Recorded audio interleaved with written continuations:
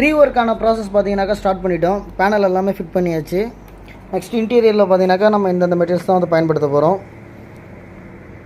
Customer பார்த்தீங்கன்னா எனக்கு வந்து ப்ரோலாஜிக் போர்ட்லேருந்து வரக்கூடிய சப் அவுட் வந்து தனியாக வேணும்.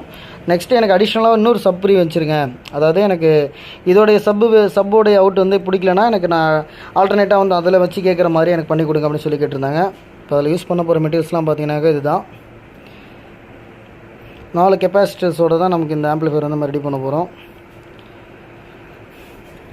அதாவது பார்த்தீங்கன்னாக்கா நமக்கு ப்ரோலாஜிக்கோடைய சப் அவுட்டு ப்ளஸ் வந்து இந்த வின்னர் மேட்ரிக்ஸோடைய சப் ப்ரீ அவுட், இந்த ரெண்டுத்தையுமே வந்து சூஸ் பண்ணுறதுக்கு ஒரு 9 பின் சுவிட்ச் ஒன்று வந்து பேக் சைடில் வந்து கொடுத்துருக்கோம். இல்லை அடிஷனலாக பார்த்தீங்கன்னா இன்னொரு கூலர் ஃபேன் ஒன்று வரும். நெக்ஸ்ட்டு ஒரு பக் போர்டு வரும். இதெல்லாம் வச்சு இன்றைக்கி நைட்டு நம்ம ஃபுல்லாக ஒயரிங் எல்லாத்தையும் முடிச்சிடுவோம். நாளைக்கு இதோட வீடியோ பார்த்தீங்கன்னாக்கா ஃபுல்லாக வந்து அப்லோட் பண்ணுறேன். நன்றி, வணக்கம்.